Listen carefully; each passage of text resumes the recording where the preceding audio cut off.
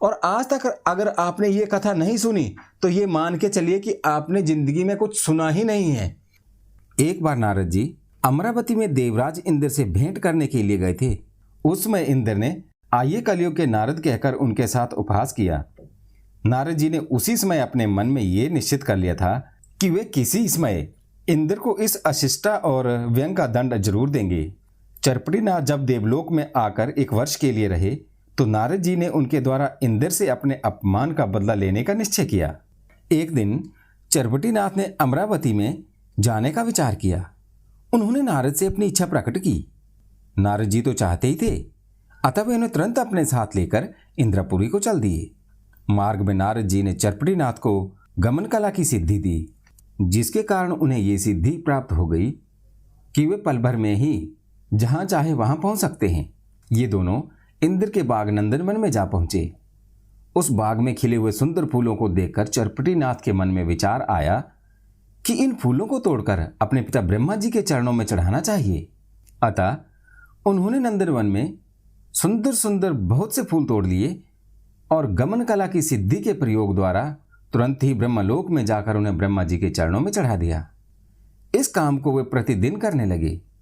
एक दिन बाग के मालियों को पता चल गया कि वहां पर जो भी योगी ठहरा हुआ है वह प्रतिदिन नंदनवन के फूलों को तोड़कर कहीं ले जाता है।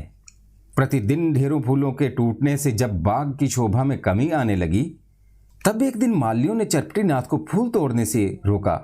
जब चरपटीनाथ नहीं माने तो वे सब मिलकर उन पर आक्रमण के लिए दौड़ पड़े। ये देखकर चरपटीनाथ ने स्पर्शास्त्र तथा वाताकर्षण अस्त्र का प्रयोग करके उन सबके पांवों को पृथ्वी से चिपका दिया। उस स्थिति में कुछ माली मर गए, कुछ घायल हो गए और कुछ रोने चिल्लाने लगे। जो माली आक्रमण करने के लिए नहीं दौड़े थे, उनमें से कुछ ने इंद्र के दरबार में जाकर ये घटना बताई। इंद्र ये सब सुनकर अत्यंत क्रुद्ध हुआ। उसने अपनी देव सेना को आदेश दिया कि वे जाकर योगी को पकड़ लाएं। देवताओं की सेना जब नंदनवन में पहुंची तो चरपटीनाथ ने वाताकर्षण मंत्र से अभिमंत्रित भस्म उनकी ओर फेंक दी, जिसके प्रभाव से उन सब देवताओं की वही दशा हुई जो मालियों की हुई थी। कुछ दूतों ने दौड़कर ये समाचार इंद्र से जा कहा। तब इंद्र अत्यंत क्रुद्ध हो ऐरावत हाथी पर बैठकर स्वयं युद्ध करने के लिए नंदनवन में पहुंचा। वहां जाकर उसने देखा कि एक योगी खड़ा हुआ है, जिसके हाथ में कोई हथियार नहीं है, परंतु वह लड़ने के लिए आने वाले प्रत्येक व्यक्ति को पृथ्वी पर गिरा रहा है। उस समय नारद जी वहां से चुपचाप कहीं अन्यत्र खिसक गए। इंद्र ने अपने मन में सोचा कि इस योगी पर विजय पाने के लिए योगीराज शंकर की सहायता लेनी चाहिए। अतः इंद्र पहले शिव जी के पास गया और उनसे मदद मांगने की प्रार्थना की। इंद्र की प्रार्थना सुनकर शिव जी योगी से लड़ने के लिए उनके साथ नंदनवन में जा पहुंचे। इंद्र तथा शंकर को अपनी सेना सहित लड़ने के लिए आया हुआ देखकर चरपटीनाथ ने पुनः वाताकर्षण मंत्र का प्रयोग किया। उसके प्रभाव से इंद्र और शंकर जी की भी बहुत बुरी हालत हुई।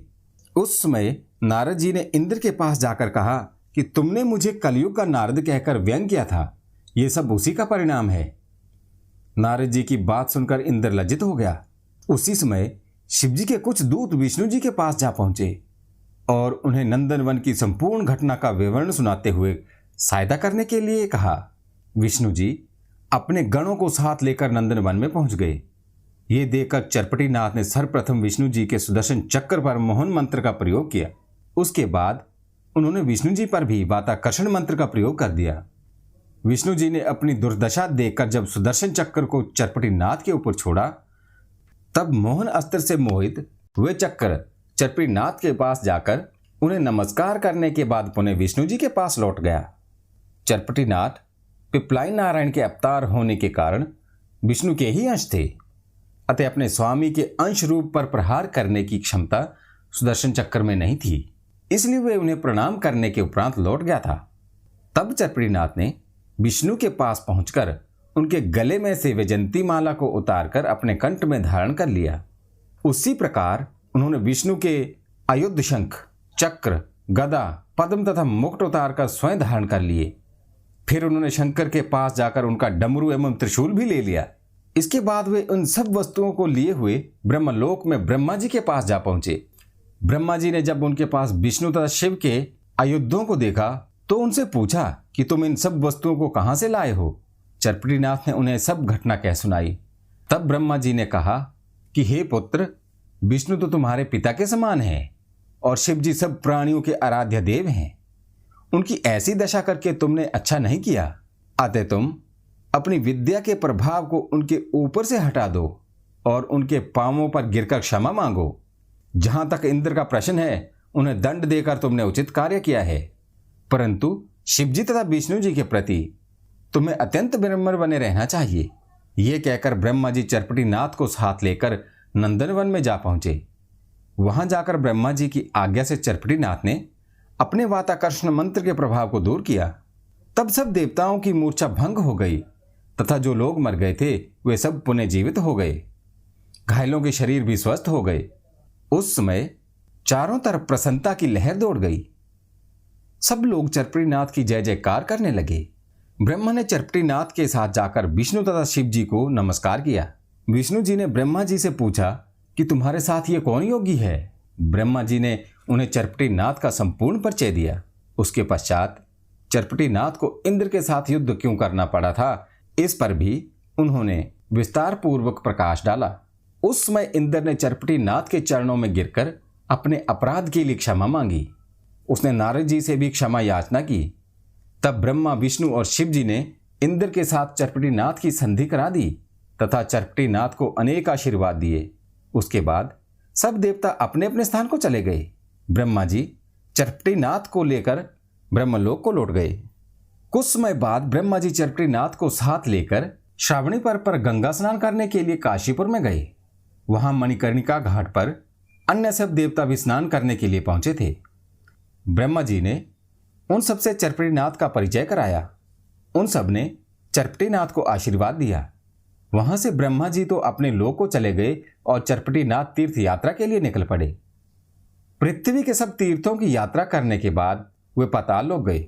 वहां उन्होंने भोगावती नदी में स्नान किया तथा राजा बलि और वामन भगवान से भेंट की। उसके बाद उन्होंने पृथ्वी पर आकर ताम्रपर्णी नदी में स्नान किया और उसी नदी के तट पर आश्रम बनाकर रहने लगे।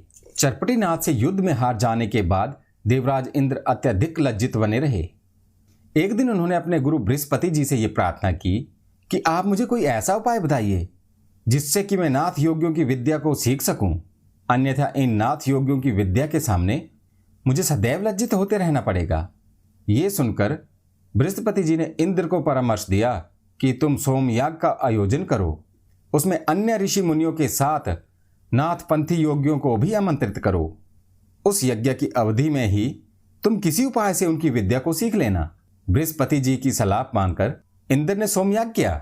उसमें उन्होंने सब देवताओं तथा ऋषि मुनियों के अतिरिक्त नाथपंथी योगियों को भी आमंत्रित किया। अन्य नाथ योगियों के साथ साथ मच्छेंद्रनाथ भी उस यज्ञ में सम्मिलित होने के लिए गए। वह यज्ञ 1 वर्ष तक चला। उस अवधि में मच्छेंद्रनाथ जी ने वहीं रहकर अपने पुत्र मीननाथ को नाथपंथ की शिक्षा दी।